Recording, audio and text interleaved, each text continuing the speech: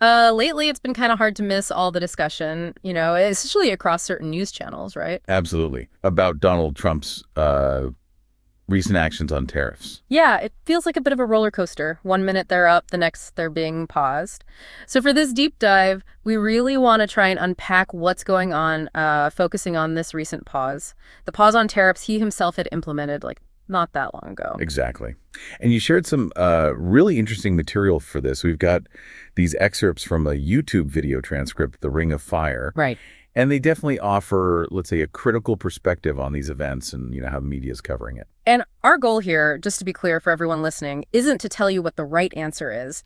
It's really to get into the weeds of these, well, pretty different interpretations. Yeah, contrasting is putting it mildly sometimes. We want to look at the claims made, say, by figures in conservative media, and then look at the perspective from the Ring of Fire, check out the reasoning they give, all based directly on the sources you sent over. So the idea is to help you sort through the noise, understand the different angles. Precisely, so you can form your own informed view. Okay, so where should we start? Maybe with the narrative from the conservative media side. Sounds good.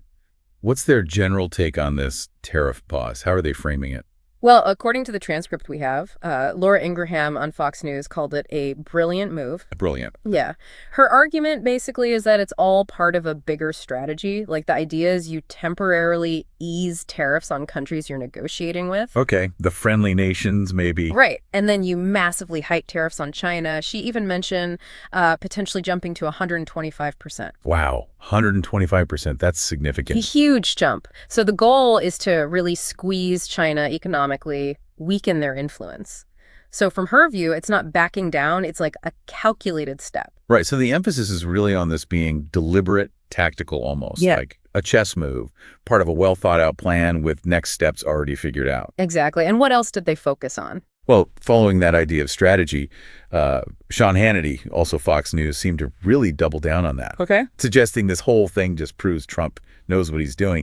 He even said, and this is a quote, it was the plan all along. The plan all along. So implying it wasn't a reaction to anything. Yeah, and supposedly understood by insiders like the Treasury Secretary. It really hammers home that idea of a premeditated strategy, So not just smart now, but part of this ongoing long-term game. It does make you wonder about the assumptions there, believing in this constantly unfolding plan. Absolutely. And then there's that Breitbart headline.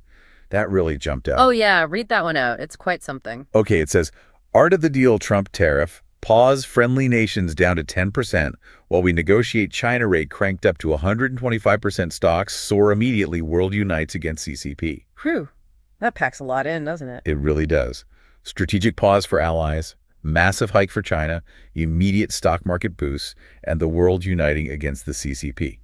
All presented as like direct consequences of this pause. It's presented as just clear evidence that the plan worked, and worked perfectly.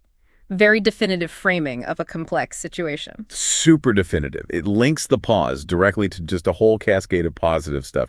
Fascinating how certain it sounds. Right. And it wasn't only media, folks. The transcript also brings up a billionaire hedge fund manager, Bill Ackman. Ackman, yeah. I saw that. Apparently, he'd been critical before about Trump's tariff approach generally. Right. He had expressed doubts. It now. He's quoted calling this pause genius. And you guessed it, the art of the deal. See, that's interesting. Someone from finance, previously skeptical, now using words like genius. That adds a certain weight to their narrative, doesn't it? It definitely does. It bolsters that idea of a strategic masterstroke when someone like Ackman flips their view. And then just to kind of cap it off, Caroline Levitt is quoted saying that people who doubt it just don't understand the art of the deal. Ah, so if you don't agree, you just don't get the complex strategy. Pretty much. That becomes this recurring theme. Any skepticism is just a lack of understanding. Okay, so the picture painted there is, well, quite clear. A brilliant, pre-planned move, strategically using tariffs for leverage, pressuring China, benefiting the U.S., and the smart people, the insiders, they all get it. Very cohesive and optimistic take. Okay, now, let's pivot, hard pivot, really, to the perspective from the Ring of Fire in that YouTube transcript. Their interpretation is, well, it's different. Yeah, quite the contrast. As you said, they kick off with a really striking analogy, don't they? The arsonist. Right, the arsonist analogy. Can you lay that out? Sure. So the way they put it is, Trump is like an arsonist who starts a fire, The economic fire being the tariffs he imposed originally. Okay. Then, when he decides to pause those same tariffs, he gets praised like he's some kind of hero for, partially putting out the fire he started. So their core point is it makes no sense to cheer someone for fixing a problem they created themselves. Yeah, exactly. It's a potent analogy.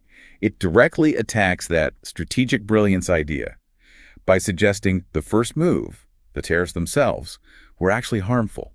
No. And the pause is just damage control. Really reframes the whole thing, doesn't it? Completely. And they don't just leave it at the analogy. The transcript points out a claim that Trump himself basically admitted it wasn't some grand strategy. Oh, what did they say he admitted? According to the Ring of Fire, Trump apparently said he paused the tariffs because people were, quote, getting queasy. Getting queasy. Not exactly the plan all along, is it?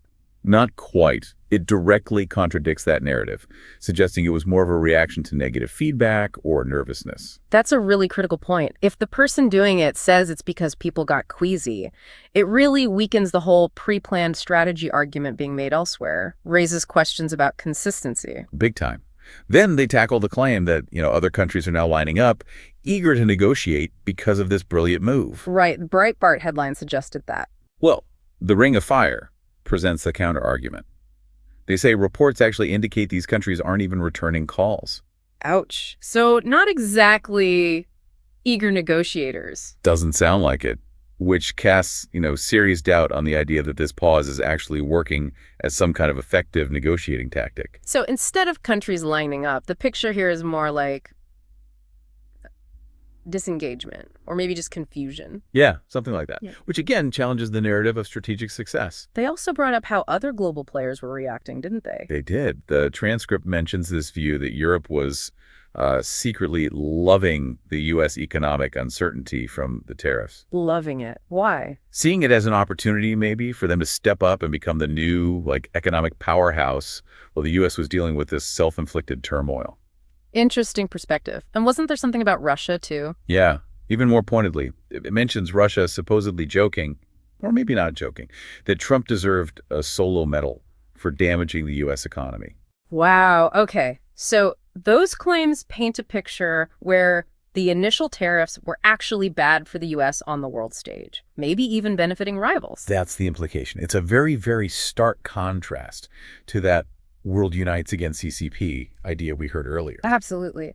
And the Ring of Fire transcript also emphasizes the argument that, hey, hold on, it's way too early to celebrate any deals when we don't know anything about them. Right. No details, no substance known yet. Exactly. They point out there's no info on what other countries are saying, what Trump actually communicated, or if any real negotiations are even happening.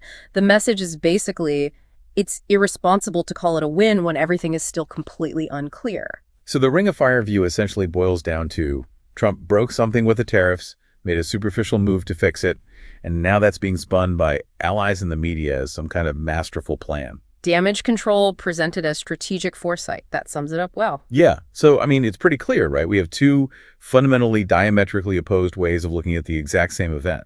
One side, deliberate, brilliant, successful strategy. The other, self-inflicted wound, partially treated, then spun into a success story.